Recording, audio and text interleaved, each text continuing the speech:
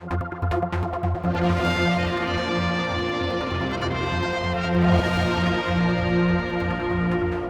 you mentioned at the beginning you were at Tynwald Day, you're sort of dissuaded from doing what you did by the police? So is that what you're saying? Well, before we start this interview, without being, Well, I go to Tynwald Day every year, and on the morning of Tynwald Day, I rose early at 5 o'clock, and I thought I had to do something.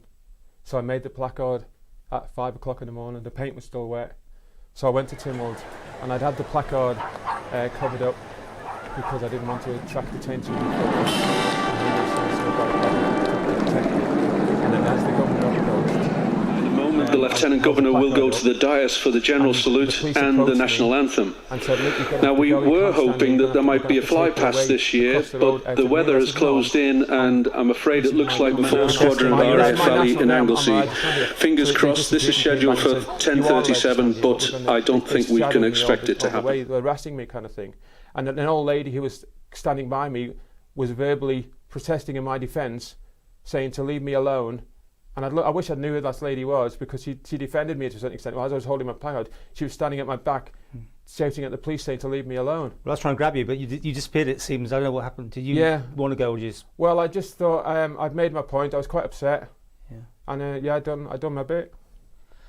Okay. I mean, I'm thinking about people watching this who have a situation like yours. You okay? Yeah. You okay? Sure. Okay. What would you say to them that have, going through something like your thing? How do people, should they go victim support? I think it is the way through it, is it? Yeah. Well, following on from victim support, which I'm sure they're a good organisation, and they do a wonderful job. They've helped people I know. So. Well, the other option was given to my family and I was in the old hospital, Westbourne Road, was to go and visit a psychiatric department there, or social workers, or us. And I and my brother, we both got it at separate times. And then the person who I went to see told me that I shouldn't be there. There's nothing wrong with me. What do I want out of am I on medication? No, I'm not on medication. So they're saying to me, what can they do? What do I want them to do for me? I said, well, you tell me what, if it's in my mind and it's affecting my mind, you tell me. And the woman's exact words were, you're wasting your time being here. You don't need to be here. And I was sent away after about a quarter of an hour. Okay. That was the response.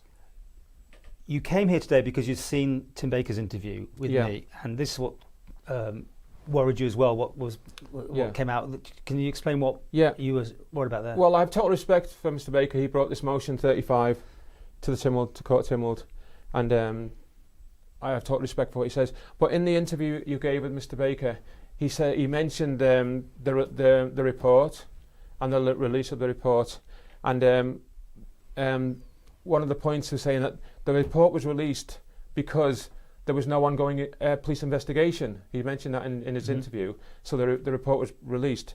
But I'd like to question that statement, because I believe, and I have proof, that the police were investigating the case. You're alleging this? No, I'm not alleging it. I've got this proof. Okay. I've got email proof from a victim who was called into the police station about 3 weeks before the release of the report. On the 19th, the police contacted him. On the 21st, he was interviewed at the police station, being told that his evidence was going to be used against the said defendant. This person, who I will not name, then emailed Mr. Cretney and Mrs. Edge, who are the members of the select committee, to tell them about this ongoing investigation. So Mr. Cretney and Mrs. Edge will have known about this ongoing investigation, but still, on the 8th of this month, this scam report was released. You call it a scam report? I personally, I'm talking about my personal feelings of the scam report, was released. So I want to ask through legal counsel, which I've been denied. I've asked the committee, I've asked the police, I've asked other people, for us to have access to funded legal advice. Right. How can they release this report on the 8th, and then a person being arrested 2 or 3 days later in connection with this report? How can they release this report knowing that there's an ongoing investigation, and then how can this person go to court with this weight of this evidence being released? And that's why we can't say much more, because we've got to keep within the boundaries of anything in front of the courts. Yeah. You want to. I mean, you've got to go civil courts now, are you? Because would that be the way you want? You want a legal representation. You need help. You've got your fund set up. Is that right? Yeah. Because of the way we were brought up in the children's home, we work menial works. We are not educated. We weren't educated. We didn't do our homework. We weren't encouraged to study. So we all work in menial jobs. We're not well paid. We're hard working Manx people, and the committee, the police, Mrs. Sharp, and the Children's Centre have all got expensive lawyers or access to legal representation.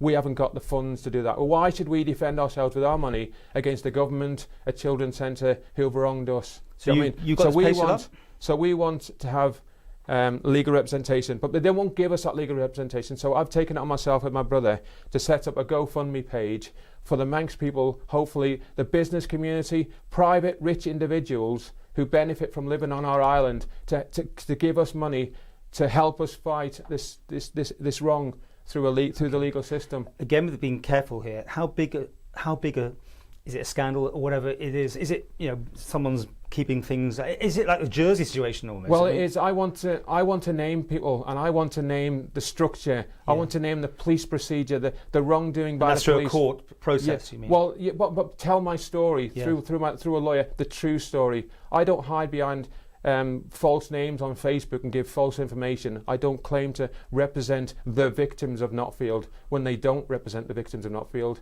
Do you know what I mean? I want to speak the truth through a lawyer and tell of this horrendous story for the civil. Do you know what I mean? For people to know, for the future, for our future children, and them to see what went on in the 60s and the 70s, and under the three managers who ran this children's home, which was funded by the government to care for us, which was an horrendous place to be. Okay, well, thank you for telling the story today. Please, as this is ongoing, and my point now will be to other people involved here that can talk, and with all the legal restrictions we've got, feel free. And to finish with, yes, can we have the details? If people don't mind, I've set up a GoFundMe page. It's on Facebook and go through GoFundMe. It's Knottfield 1960s True Victims Fund, and all monies will be accounted for. And any funds that are left when we've finished our proceedings will go to charity chosen off by the people who donate to the fund. Any idea how much you'll need? I mean, you want a QC, don't you? We just want a lawyer really to give us advice. I've set it at £8,000, but as much or as little as anybody can give, any money will be truly accounted for and only be used on a defence or on a lawyer. Okay, well, thanks again. And I said one day this whole story can be It will be told, the truth, yeah. But it seems like the genie's out of the bottle here now. It's just a question of what will come out. Well, it's being suppressed, and they're only wanting the public to know what they want them to know. And I just say to any civil servant who thinks that they can retire and get away from this horrendous report, and we're going to come and get you. We're going to make you stand in front of a court and answer for the practices and the way you looked after our care or did not look after our care through the 1960s and 70s and beyond. So we will be asking you these questions through our legal representation, hopefully with the support of the Manx people, the business community and the rich people of our island who can donate to our fund and help us get legal advice and help and justice and hopefully closure for this horrendous thing.